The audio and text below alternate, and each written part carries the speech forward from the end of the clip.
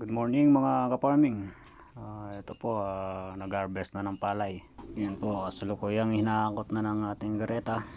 Ayan po si Nako Milo at Brian. Shout out. Ayan po ay nahakot na po nila.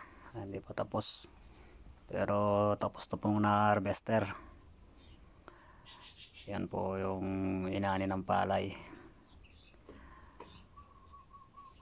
Na 218. Ayan po, marami pa po dyan at kasulukuyang inahakot.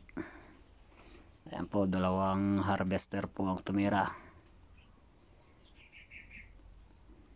Ayan po sila, tapos na po dyan. May inahakot na lang po. Iniimbag na to sa daan. Ayan naman po mga harvest nating mga sitaw. Ayan po, kinikilo na ni Mrs. At iniimay-imay na. At yun din po yan yung palay natin na malapit na rin i-harvest. Mga 1 week na lang po siguro. 218 din po yan, 218.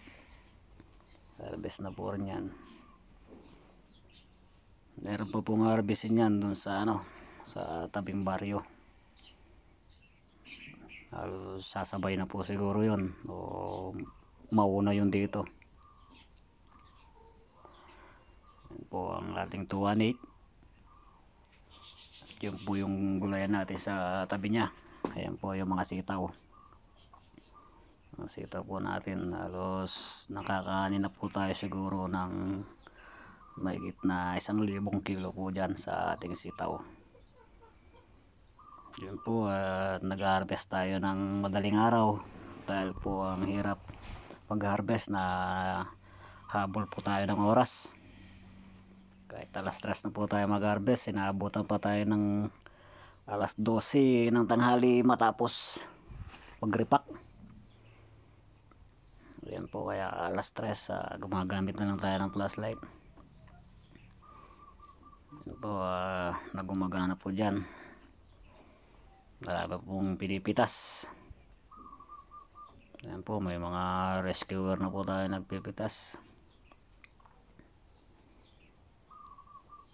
Ayan po mga bunga ng ating sitaw na Negro Star, Condor Negro Star ng ating variety.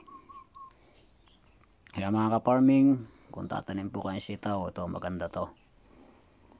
Yung binhi ng Negro Star, matigas po yung laman, makapal, hindi po kaagad nalalanta.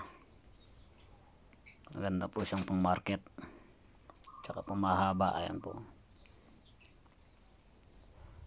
mahaba po yung sitaw natin. Ayan po, susunod doon po sa may palay, magtatanim naman po tayo ng doon, ng ampalaya. Babawi po tayo doon sa nilubog na ampalaya natin.